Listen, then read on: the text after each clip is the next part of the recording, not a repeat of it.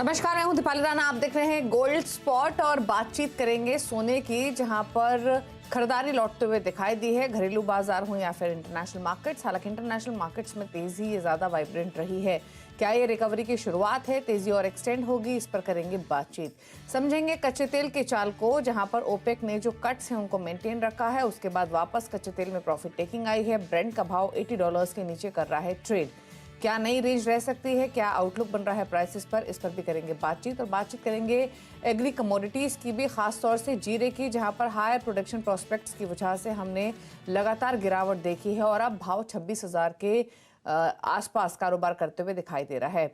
Budget में जो announcement हुई है उन पर भी चर्चा करेंगे और समझेंगे क्या मायने हैं।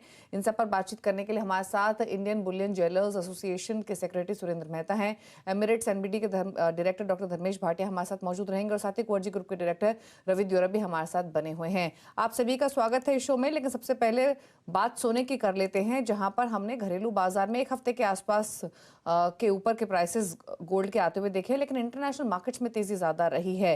$2,070 के ऊपर भाव निकलते हुए देखे हैं और ये ऑलमोस्ट एक महीने के हायर लेवल्स पर कारोबार करते हुए दिखाई दे रहा है। तो मिस्टर मेहता, पहले तो सबसे पहले एक प्राइसेस पर ही आपका आउटलुक चाहिए गोल्ड पर।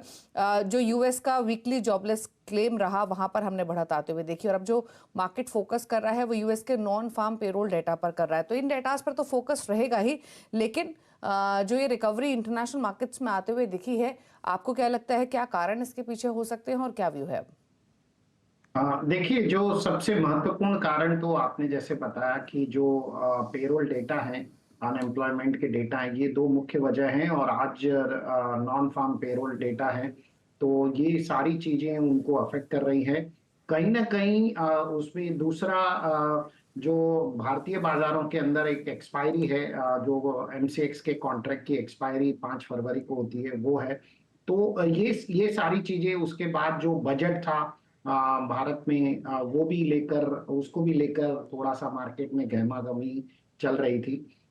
मुझे ऐसा लगता है कि गोल्ड एक डायरेक्शन लेस हो गया है कहीं ना कहीं, क्योंकि जब फेड ने इंटरेस्ट रेट का डिसीजन लिया तो बहुत ही एक्सपेक्टेड था कि कोई इंटरेस्ट रेट वो घटाने वाले नहीं है और बढ़ाने वाले भी नहीं है। तो ये तो अब जो पूरा फोकस हो गया वो unemployment data, non farm payroll data, इनके ऊपर जो पूरा फोकस हो गया, इसकी वजह से डॉलर इंडेक्स में लगातार गिरावट आई, बॉन्ड यील्ड में लगातार गिरावट आई और गोल्ड के प्राइसेस अचानक से एक्सपायर, जो भारतीय बाजारों में एक्सपायरी के मद्देनजर अचानक से हमने कल देखा कि 63,000 के ऊपर चले गए।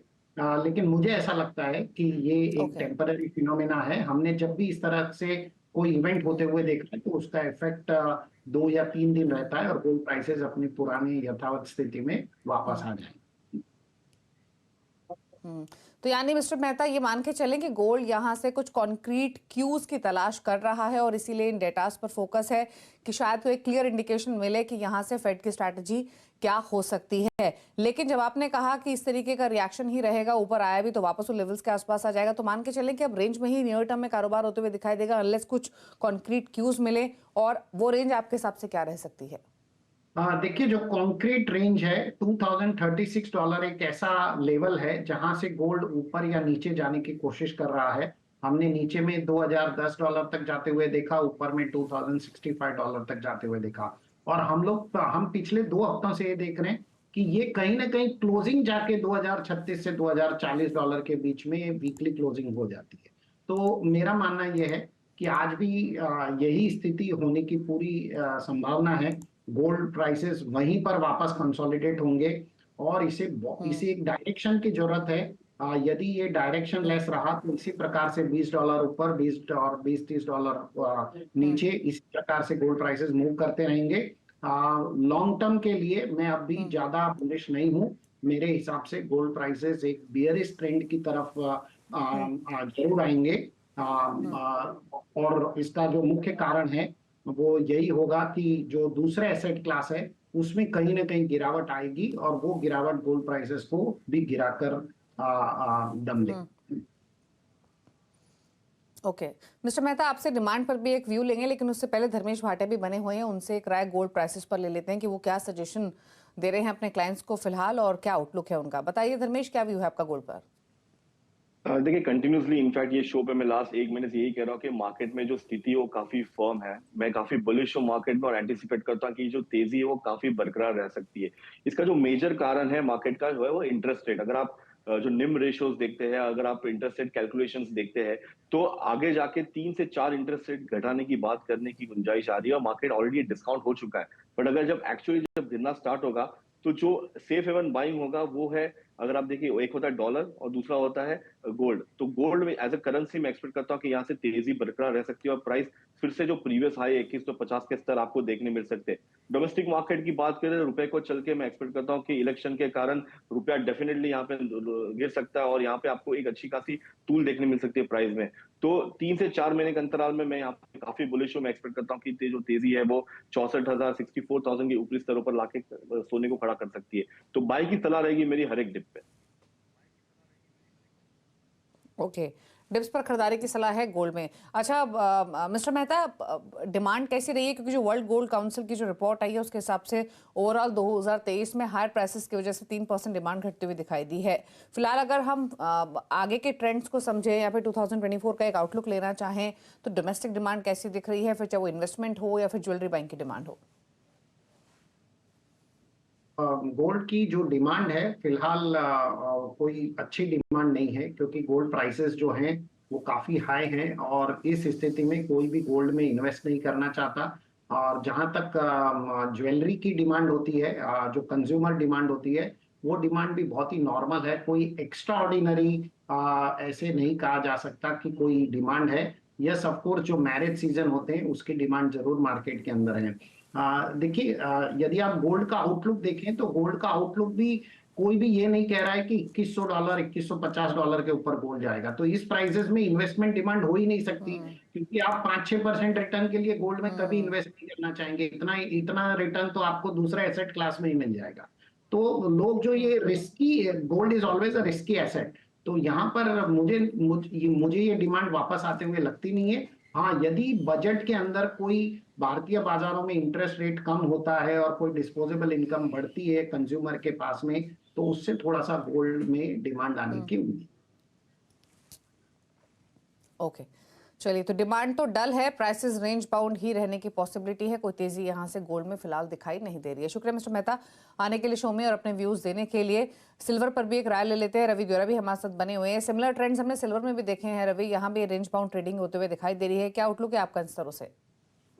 मेरे हिसाब से आज थोड़ी वोलेटिलिटी होगी। नॉन फार्म के डेटा आने हैं और तीनों data, non farm, average hourly earning and unemployment rate, तीनों नीचे आने की उम्मीद है। अगर वहां पे थोड़ा भी वोलेटिलिटी आती है या थोड़ा भी डेटा रिवर्स आता है तो उस टाइम आपकी वोलेटिलिटी में आपको दोनों में गोल्ड एंड सिल्वर में बाई का ही ट्रेड लेना चाहिए। पर्टिकुलर वो जो बॉन्ड यील्ड्स नीचे आ रहे हैं डिस्पाइट की मार्च वाला मई में शिफ्ट हुआ है, वो यूएस के फाइनेंशियल सिस्टम में अगेन अनसर्टनिटीज है, इसके हिसाब से मार्केट उसको रिड्यूस कर रहा है। क्योंकि जब मीटिंग चल रही थी उसी टाइम यूएस के एक बैंक ने काफी खराब नतीजे दिए और इससे मार्केट ऐसा एक एंटिसिपेट भी कर रहा है कि आगे जाके जो रेट कट है उसकी प्रोबेबिलिटी बढ़ेगी। ये सब गेम ऑफ प्रोबेबिलिटी है, तो मुझे लग रहा है कि इसी दौर पे देखना चाहिए।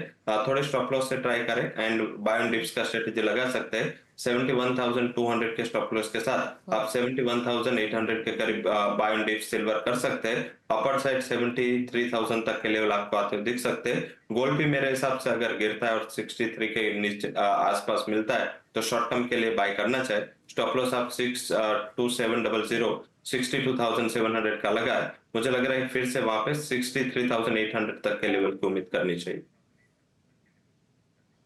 ओके, चलिए, बात तो हुई गोल्ड सिल्वर की। अब बात कच्चे तेल की कर लेते हैं, जहां पर इंटरनेशनल मार्केट्स में जो ब्रेंट का भाव है वो $80 के नीचे आकर कारोबार कर रहा है। जो ओपेक प्लस की जो मीटिंग हुई उसके बाद उन्होंने आउटपुट पॉलिसी में कोई बदलाव नहीं किया है, यानी आउटपुट कट्स को मेंटेन किया है। और साथ ही साथ कुछ अनवेरीफाइड रिपोर्ट्स भी रही इजराइल हमास के बीच में सीज फायर की। हालांकि बाद में कुछ ऑफिशियल स्टेटमेंट्स भी आए कि कोई सीज फायर नहीं हुआ है, बट ये तमाम फैक्टर्स की वजह से हमने कच्चा तेल वापस थोड़ा सा हल्का होता हुआ देखा है। कैसे देख रहे हैं धर्मेश अब यहाँ से कच्चे तेल को?